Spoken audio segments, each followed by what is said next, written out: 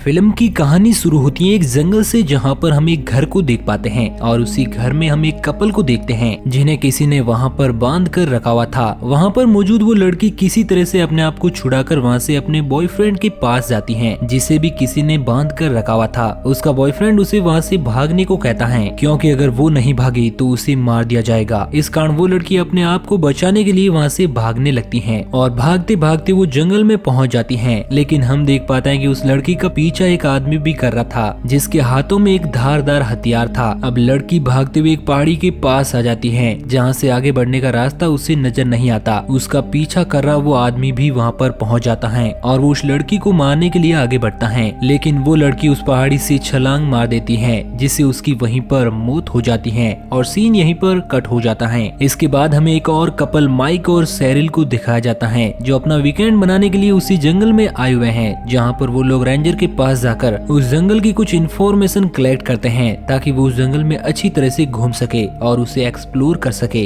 वो रेंजर उन लोगों को चेतावनी देता है कि वो लोग इस जंगल में सावधान रहे, क्योंकि यहाँ पर बहुत सारे जंगली जानवर भी हैं जो तुम्हें नुकसान पहुँचा सकते हैं। इसके बाद माइक और सैरिल दोनों उस ट्रिप के लिए निकल जाते हैं, जहाँ पर रास्ते में उनके पास दो ऑप्शन होते हैं कि वो टिम्बर फॉल पर जाए या फिर किसी ब्रिज के पास बनी हुई एक ऊंची चोटी पर। तभी वहाँ पर एक लेडी आ जाती है जिसका नाम ईडा था। ईडा उन्हें बताते हैं कि वो इसी जंगल में रहा करती हैं और वो उन लोगों को सजेस्ट करती हैं कि वो टिम्बर फॉल पर जाए। अब माइक और सैरिल ईडा का शुक्रिया अदा करते हैं और टिम्बर फॉल की तरफ आगे बढ़ने लगते हैं। इसके बाद वो जंगल में एक जगह रुककर एक दूसरे के करीब आने लगते हैं और वहीं पर रुककर मैकआउट करने लगते हैं। तभी वहाँ पर जंगल में रहने वाले कुछ हंटर्स अपने हाथों में गन लिए वहाँ पर आ जाते हैं और सैरिल के कपड़ों को छूने लगते हैं। ये सब देखकर माइक को बहुत ज्यादा गुस्सा आता है। इसी दौरान हम उन हंटर्स के एक लीडर को देखते हैं जो माइक को एक शराब ऑफर करता है। माइक उस शराब को पी लेता है। वो लीडर माइक को शराब को खरीदने के लिए कहता है, लेकिन माइक शराब नहीं खरीदना चाहता। लीडर उसे जबरदस्ती करता है। सैरिल माइक को उन लोगों को पैसा देने के लिए कहती है, लेकिन माइक अपने बैग से पैसे की जगह अपनी गन निकालने लगता है। लेकिन सैरिल ये सब देखकर बहुत ज्यादा नाराज होती है, क्योंकि माइक अपने साथ गन लेकर आया था। वो उसे कॉम्प्रोमाइज करने को कहती है। इसके बाद माइक अपने पास से कुछ पैसे निकालकर उनको दे देता है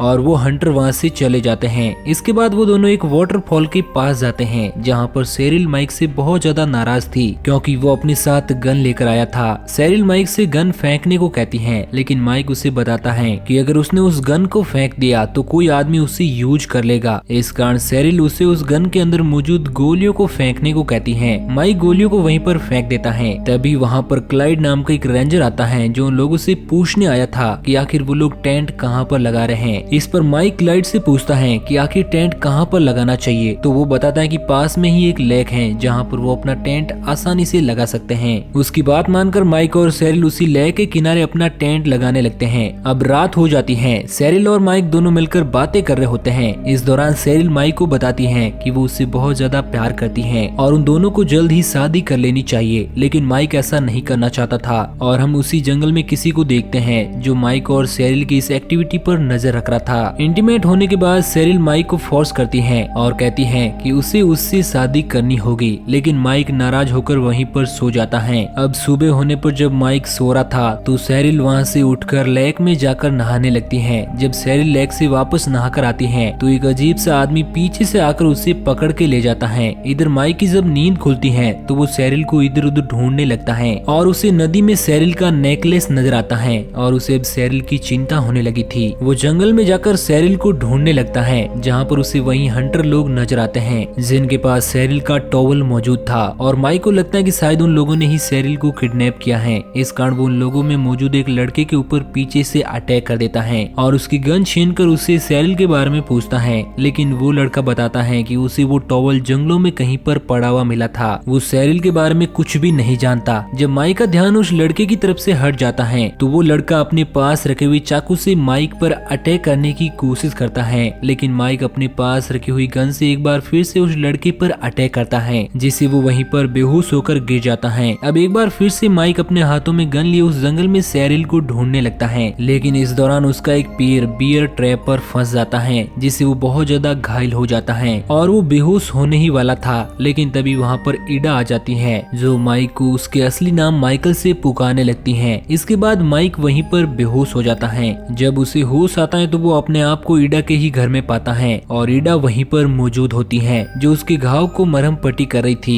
ईडा माइक को बताती है कि वो जल्द ही पुलिस को कॉल लगाकर यहाँ पर बुला लेगी। माइक उसे सेरिल के बारे में भी बताता है जिसे शायद किसी ने किडनैप कर लिया है और वो गायब है। तभी दरवाजे पर वही लड़का आता है जिस पर माइक ने अटैक किया था। वो माइक को ढूंढते हुए वहाँ पर आ पहुंचा था। ईडा उसे बताते हैं कि उसने माइक को नहीं देखा। इस पर वो लड़का वहाँ से चला जाता है। इसके बाद माइक को ईडा के ऊपर शक होता है क्योंकि वो लेडी एक बहुत ही ज्यादा मिस्टीरियस लेडी थी। इस दौरान माइक को वो माइकल नाम से पुकार रही थी और इसी कारण माइक को उस पर शक था क्योंकि उसे लगता है कि शायद ईडा ने माइक का आइडेंटिटी कार्ड चुरा लिया है। इस कारण वो ईडा से इस बारे में बात करता है लेकिन ईडा उससे गुस्सा हो जाती है और उसे अपना सारा सच बताने लगती है। वो बताते हैं कि सेरिल और माइक दोनों ने इस जंगल को स्थापित कर दिया है और उन्होंने एक बहुत बड़ा पाप किया है। दरअसल वो कहना चाहती थी कि उन दोनों के बीच में वे उस इंटीमेट सीन को ईडा ने ही देखा था और ईडा का मानना था कि शादी से पहले कोई भी एक दूसरे के साथ इस तरह की चीजें नहीं कर सकते। वो माइक को बताते हैं कि इस बात की सजा माइक और सेरिल दोनों को बराबर मिलेगी। इसके बाद माइक उसके ऊपर अटैक कर देता है और ईडा भी उस पर टूट पड़ती है। इसी लड़ाई के दौरान माइक किसी तरह ईडा को बेहोश कर देता है और वहाँ से सीधा जाकर रेडियो पर पुलिस को कॉल लगाने की कोशिश करता है लेकिन रेडियो ऑफ था। तभी वहाँ पर उसे एक सीक्रेट डोर नजर आता है। वो उस डोर से सीधा अंदर जाता है। माइक को वहाँ पर बहुत सारे बेबी सेल नजर आते हैं जिन्हें एक जार में बंद करके रखा हुआ था। माइक को वहाँ पर सेरिल बंधी हुई नजर आती है। वो किसी तरह सेरिल को वहाँ से छुड़ा कर ले जाने लगता है लेकिन तभी वहाँ पर ईडा का भाई डेकन आ जाता है जो देखने में बहुत ही ज्यादा क्रीपी नजर आ रहा था। उसका चेहरा बुरी तरह से बिगड़ा हुआ था। उसके हाथ में एक हथियार था। वो उस हथियार को लेकर माइक के ऊपर अटैक कर देता है और माइक घायल होकर वहीं पर गिर जाता है और सेरिल को वहाँ से भागने के लिए कहता है। सेरिल भागकर बाहर आती है और एक कार से जाकर टकरा जाती है और ये कार रेंजर क्लाइड की ही थी।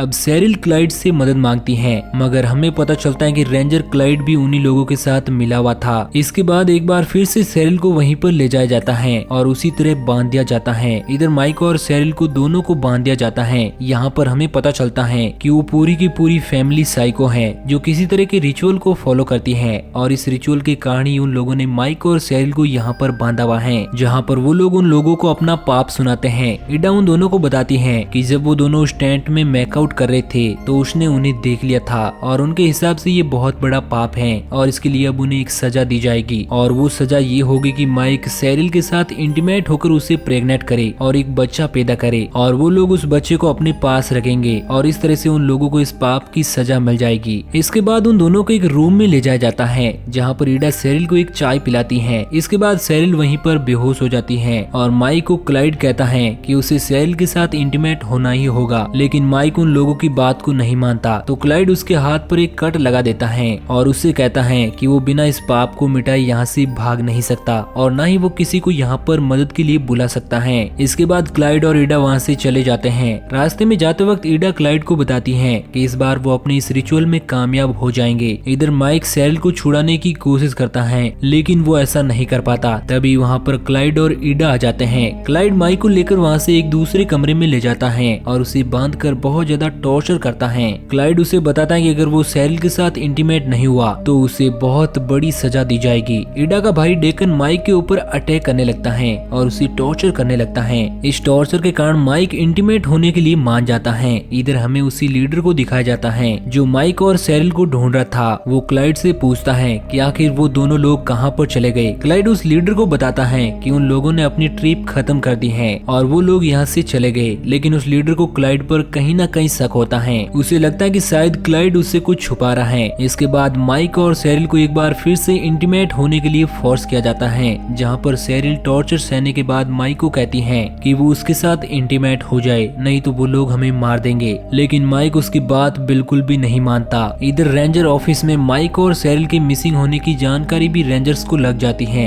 इस कारण रेंजर ऑफिसर अपने एक जूनियर ऑफिसर को जंगल में जाकर माइक और सेरिल को ढूंढने को कहता है। जब वो जूनियर ऑफिसर जंगल में जाती है तो उसे वहीं हंटर्स मिलते हैं। वो उन हंटर्स को भी उन दोनों की तस्वीर दिखाकर उनके बारे में पूछती है लेकिन वो हंटर्स उस ऑफिसर को कुछ भी नहीं बताते क्योंकि वो हंटर्स भी अभी तक शौक में थे और उन्हें लगता है कि शायद कहीं ना कहीं क्लाइड ने उन लोगों से कुछ ना कुछ तो छुपा रहा है। इसके बाद हमें क्लाइड को दिखाया जाता है जो माइक और सेरिल को अभी तक फोर्स कर रहे होते हैं। ईडा सेरिल को बताती है कि अगर वो उसके साथ इंटीमेट नहीं हुई तो वो उसे खत्म कर देंगे। इस बात पर सेरिल हंसने लगती है और उन लोगों को बताती है कि वो तो 2 महीने पहले से ही प्रेग्नेंट हैं। ये बात सुनकर ईडा को बहुत बुरा लगता है और क्लाइड और ईडा दोनों परेशान हो चुके थे क्योंकि उन लोगों की सारी मेहनत पर पानी फिर चुका था। इधर हम उन्हीं हंटर्स को देखते हैं जो क्लाइड और ईडा की असलियत जानने के लिए उनके घर तक आ पहुंचे हैं। वो घर का दरवाजा तोड़कर अंदर घुसते हैं और इस बात की जानकारी क्लाइड और ईडा को भी लग जाती है। इस कारण वो उनकी तरफ आगे बढ़ते हैं और माइक और शेरिल को वहीं पर छोड़कर चले जाते हैं। माइक अपने आप को छुड़ाने की कोशिश करने लगता है।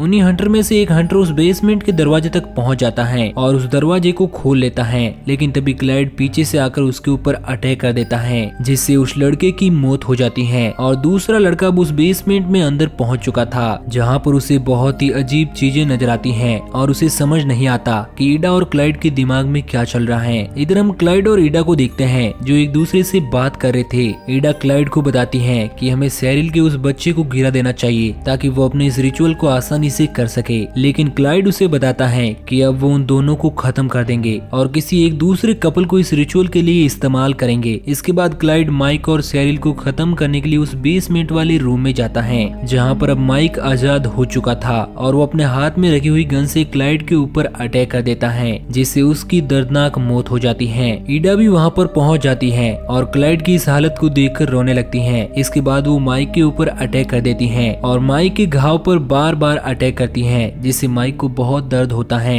लेकिन इधर से शेरिल भी अपने आप को किसी तरह से छुड़ा लेती है और वो ईडा के ऊपर अटैक कर देती है जिससे वो वहीं पर घायल होकर गिर जाती है। वो लोग ईडा को उसी बेसमेंट में कैद करके वहाँ से बाहर निकल जाते हैं। अब माइक बहुत ज्यादा घायल था, इस कारण चलने में भी उसे दिक्कत हो रही थी। शेरिल वहाँ से उस घर में जाती है और रेडियो पर पुलिस से कांटेक्ट करती है ताकि वो वहाँ पर आकर उन लोगों की मदद कर सके। लेकिन तभी वहाँ पर डेकन आ जाता है जो शेरिल के ऊपर अटैक कर देता है, लेकिन किसी तरह से शेरिल पास में पड़ी हुई क्रॉस की मदद से डेकन पर अटैक कर देती है जिससे उसका चेहरा बिगड़ जाता है। इसके बाद डेकन वहाँ से भागने लगता है। तब शेरिल अल्कोहल की बोतल में आग लगाकर उसके ऊपर फेंक देती है जिससे डेकन जलने लगता है। अब शेरिल माइक के पास पहुंचती है और उसे गले लगा लेती है। तभी वहाँ पर पीछे से ईडा आ जाती है जो माइक के ऊपर तलवार से अटैक कर देती है और ये सब देखकर शेरिल को बहुत ज्यादा गुस्सा आ जाता है और वो एक हथियार से ईडा का गला काट देती है जिससे उसकी वहीं पर मौत हो जाती है। इसके बाद शेरिल को वहीं पर एक टूटा हुआ फोन नजर आता है और वो उसी फोन से पुलिस वालों को फोन लगाकर बुला लेती है। इसके बाद हमें 1 साल बाद का सीन दिखाया जाता है और हम माइक और शेरिल को देख पाते हैं जो अब बहुत ज्यादा खुश थे क्योंकि अब वो पेरेंट्स बन चुके हैं और उनकी एक प्यारी सी बेटी भी है। वो अपनी बेटी को सुलाकर वहाँ से चले जाते हैं। इस दौरान हम उसी तरह के हथियार को देख पाते हैं जैसा कि डेकन यूज किया करता था और इसी मिस्टीरियस सीन के साथ ये मूवी यहीं पर एंड हो जाती है।